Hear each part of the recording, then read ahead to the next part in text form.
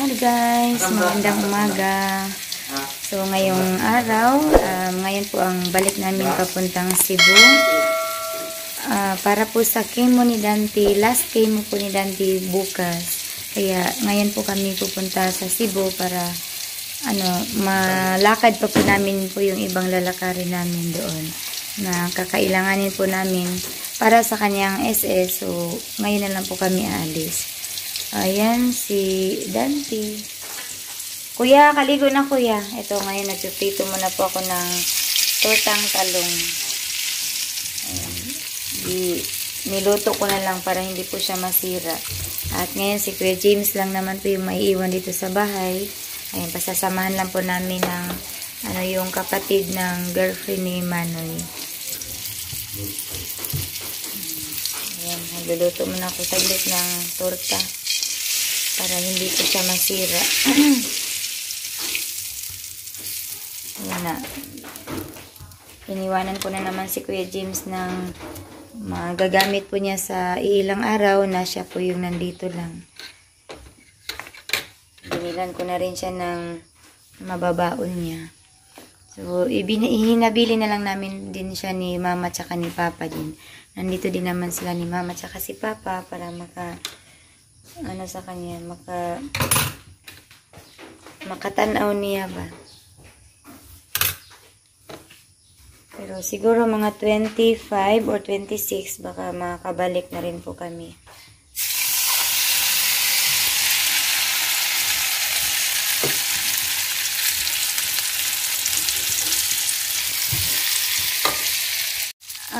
Na-reschedule po kasi yung chemo ni Dante. Dapat po nung August 5. Nung pagpunta po kasi namin sa Cebu, madami pong yung kinikimo, kaya nireschedule po siya ng 24. Kaya ngayon, babalik na naman po kami para sa kanyang, ito na po talaga yung last chemo po niya. So, pabalik-balik lang talaga kami. Kasi sa Vicente Soto, ang dami po talagang mga pasyente na hindi pa po nakikimo. Yung iba nga, ilang buwan na hindi pa sila nakikimo. Yung iba kasi yung bumabagsak sa mga laboratory nila, kaya nire-risked yung iba, tapos ilang buwan na. Ang hirap kasi pag na-risked talaga yung schedule ang nila ba. Kaya nakakaawa din naman yung iba na hindi pa talaga sila nakikimo, ilang buwan nang naghihintay. So mabuti na lang si Dante ay ngayon lang po siya na-risked ng chemo po niya. Tuloy-tuloy lang po yung chemo niya sa mga ilang buwan na nandun po kami. So, thank you po talaga at ito na lang po yung last niya. At sana magiging okay po ang lahat. Pagkatapos po ng chemo niya ngayon, papahingain mo na siya ni Doc ng 1 month. Tapos i-laboratory na naman po siya uli kung ano na pong status ng kanyang cancer. So, babalik na naman po kami sa mga susunod na buwan. Dahil pinapabalik po siya dun sa ENT po niya. So ngayon guys, ayan, luto ng aming tortang talong at kakain na po kami para hindi po kami malate sa barko. Magluluto pa pala ako ng udong kasi nagpapaluto si Dante ng sabaw para ganyan naman talaga siya kada kain, may sabaw. Gusto niya may sabaw.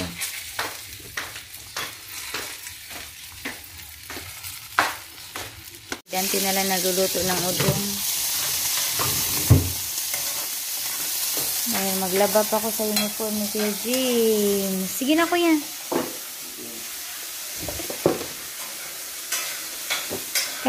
Ayun ang bahaw ka na. Kaya ang uban naman po ng balonon, ha? Sige na ka, maglabas ako sa uniform. Pagkaon na din.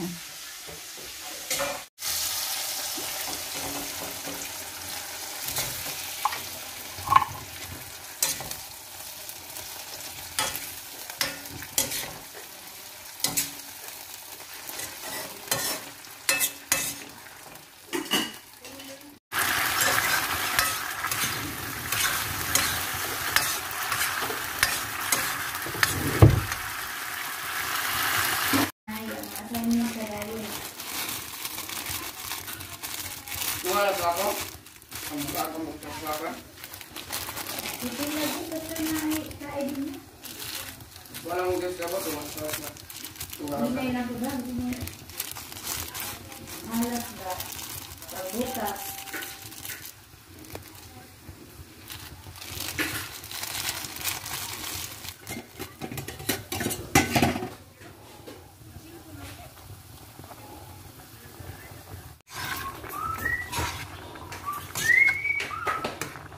Ano ko na po yung pansit udong natin.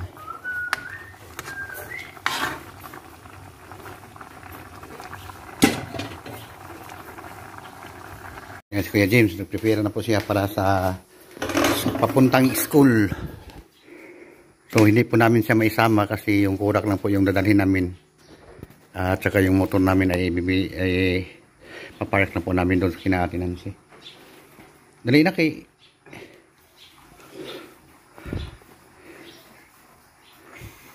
basta inig-abot sa balay, pag na mga assignment una.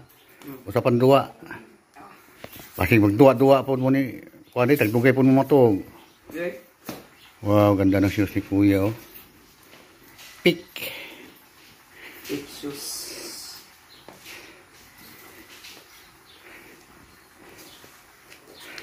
Nak. Bye-bye. Bye-bye.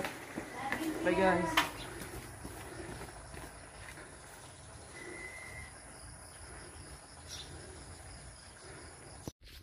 Ito guys, mauna muna akong kakain kasi Christine nandun pa sa CR, naliligo pa.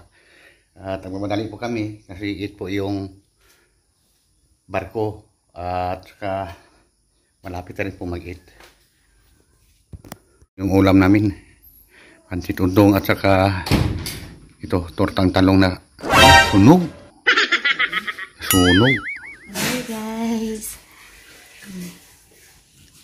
Dadaanan pa namin doon sa bahay ni Ate Nancy kasi may ipapadala pa po siya na choco ni Ria.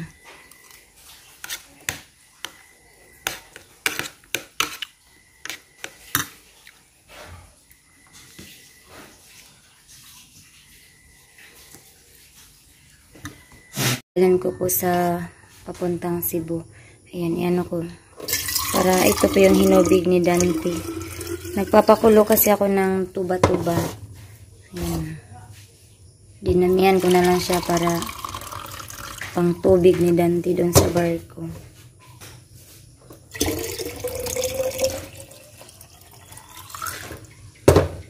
Kasi anti-cancer naman daw po talaga yung tuba-tuba.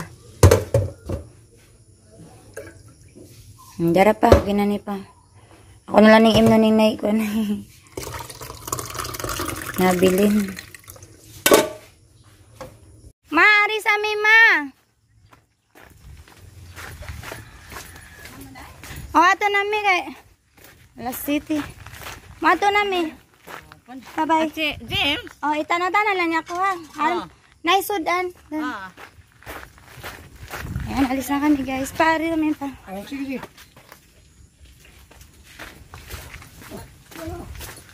Tara pa. Pa, ihipos lang may paliyog aning nilabhan pa ha. Di ba ni basa?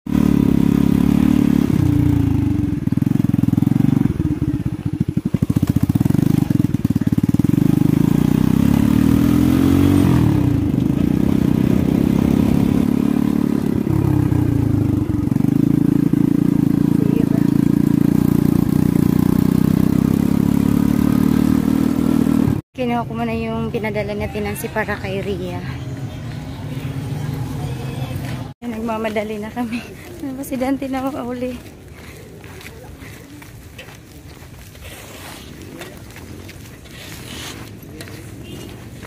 Sa bato ng barko.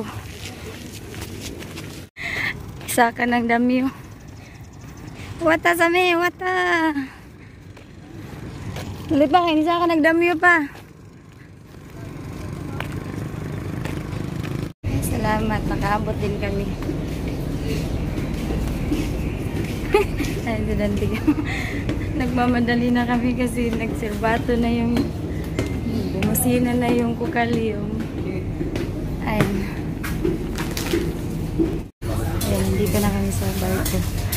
So dito na lang kami sa may aircon, mag-ado na lang kami.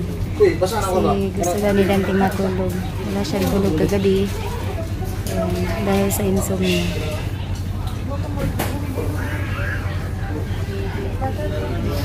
Tulog kalbo. Guys, matulog ko muna si Dante dahil kagabi wala tong tulog.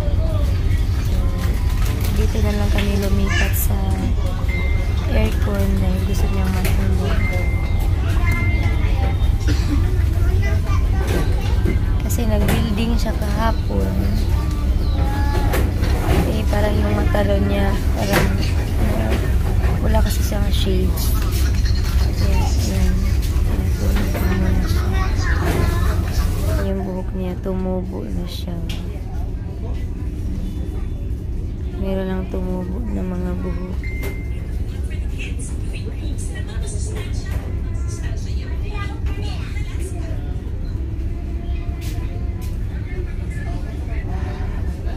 Hindi ko alam kung matatanggal pa ba to sa last chemo niya. Pero yan po yung buhok niya.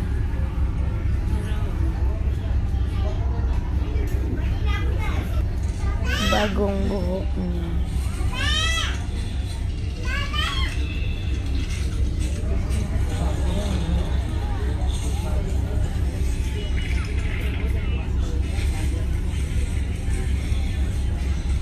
Wala po akong kalamay. Ibibigay po ito sa mga kapatid ni Dante sa Cebu. Wala yung nabili ko kanina kasi nagmamadali na kami kanina. Malapit na talaga kami maiwanan sa barko. Nagtatakbo na lang kami kanina. Kaya ito lang yung nabili ko. Lamig. No, Juko.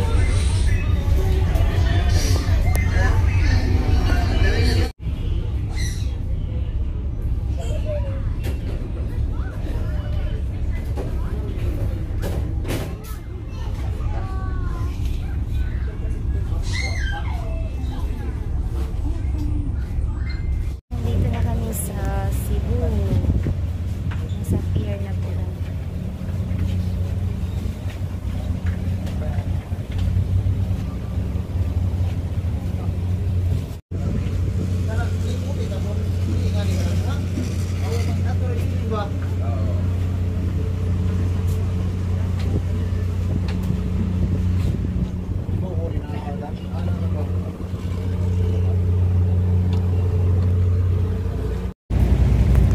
Kain muna si Dante ng tanghalian dahil nagugutom na siya. Pero ipadala ko muna to sa Maxim, yung binadala niya Tinansi. Dito siya naghihintay sa police station.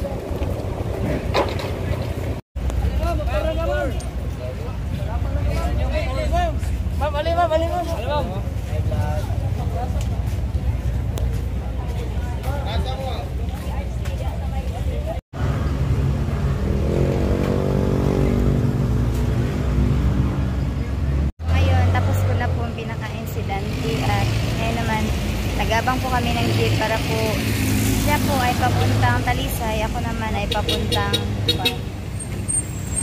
Panas.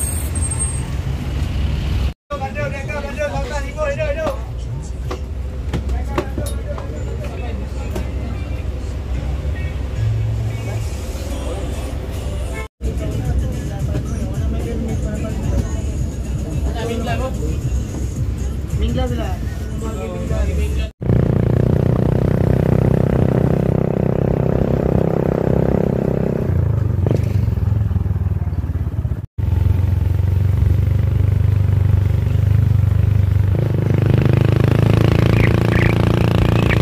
Nandito na ako sa bahay ni ate. Ayan si Ate Dory. Ay, birthday pala ni... Ay, naday, nagkuhan si ate kay belated happy birthday ni kay Daniel. Dapat... Sponsor taga Canada. Sponsor. Thank you.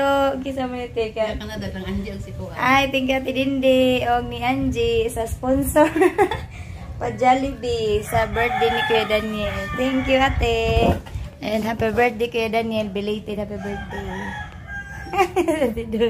Ang akong mahatag kalamay ra jud. Alam pa tayo. Mura niya akong mahatag kalamay. Tulog ka buok. Hintay. Nandun pa kasi sa Talisay. Titirahan na lang namin siya ng Jollibee. Kasi paborito din niya yung Jollibee. Na may kuan. Sana siya tika ng ano ba? Gravy. Kulang na lang. Yung gravy na lang kakainin ni Dante. So, ayan. Hanggang dito na lang po ang aking vlog. Maraming salamat po sa inyong panonood. Bye, guys!